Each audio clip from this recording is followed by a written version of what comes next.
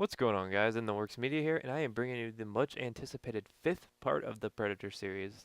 And I know a lot of you guys have been demanding it, and I am here to deliver.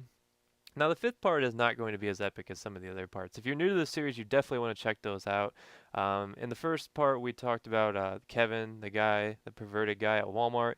And in the second two parts, we talked about the perverted mailman. And then in the fourth part, we talked about one of our, I guess you would say, peers that went to school with us, getting caught up in this predator web we had going. But this one's going to be a little bit different. The reason why I was saving this story is because this is more of a fail story than an excitement story.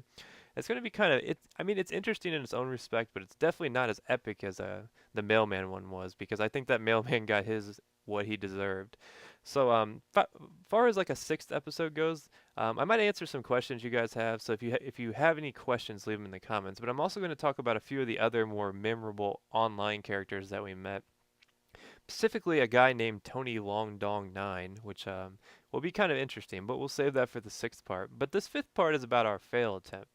So basically, what it boiled down to was in between Kevin and the mailman, we were still trying to kind of recapture what we got with the Walmart guy. And this is like almost directly after the Walmart guy. And if you guys remember, I broke the Walmart guy's heart. But he so we're in these chat rooms, and if you don't know AIM, you can really isolate the area of the country you're in. At least you could way back, in like 2005. So we're in this chat room for like Central Illinois, and we're talking to this guy, and things are going like, the normal way, and perverted talk, and this guy is obviously into this girl, and so we're talking to this guy for a couple weeks, and he finally wants to exchange pictures, which is a big deal online. Like when you exchange pictures, it means you're like serious about stuff.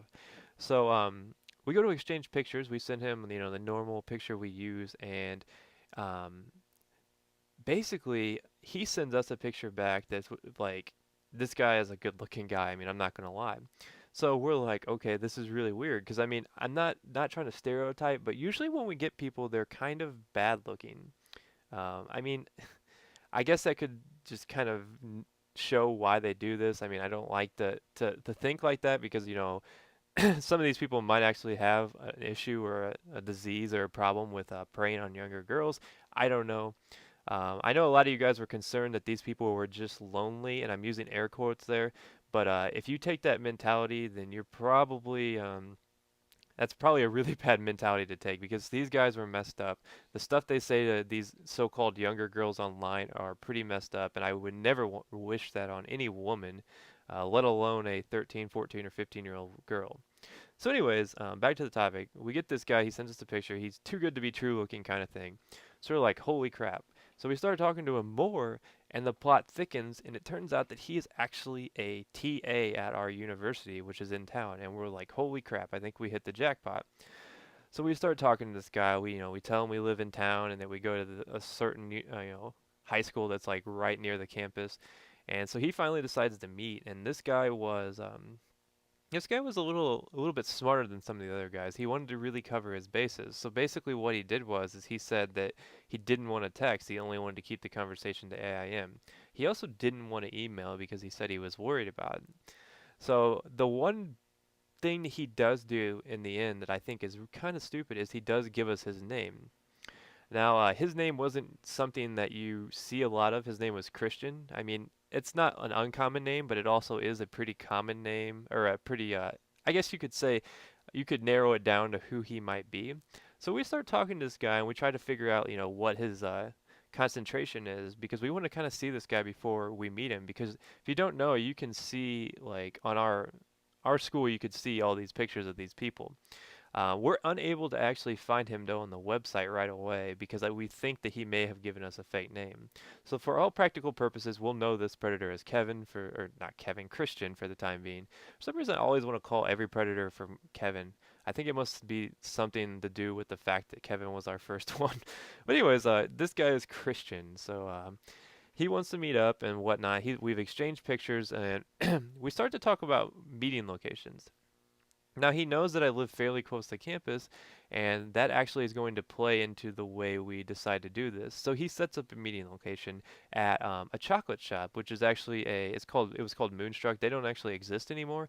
It was kind of like a coffee place slash chocolate place. You could get all sorts of coffee drinks and like chocolate drinks, like shakes and like cappuccinos and whatnot. And so we're going to go meet this guy there. And the one thing that kind of throws us off right away is he tells us to meet him at this, like right outside of the coffee shop. There's like this statue, which is our alma mater, it's called. And he wants us to meet him there.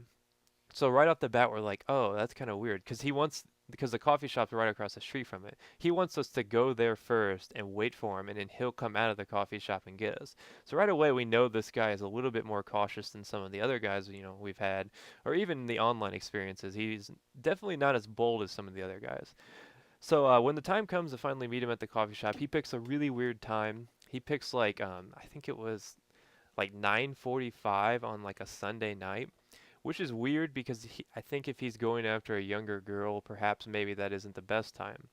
So we decide that we're going to go to this meetup as ourselves, obviously, because we're not going to be able to disguise ourselves.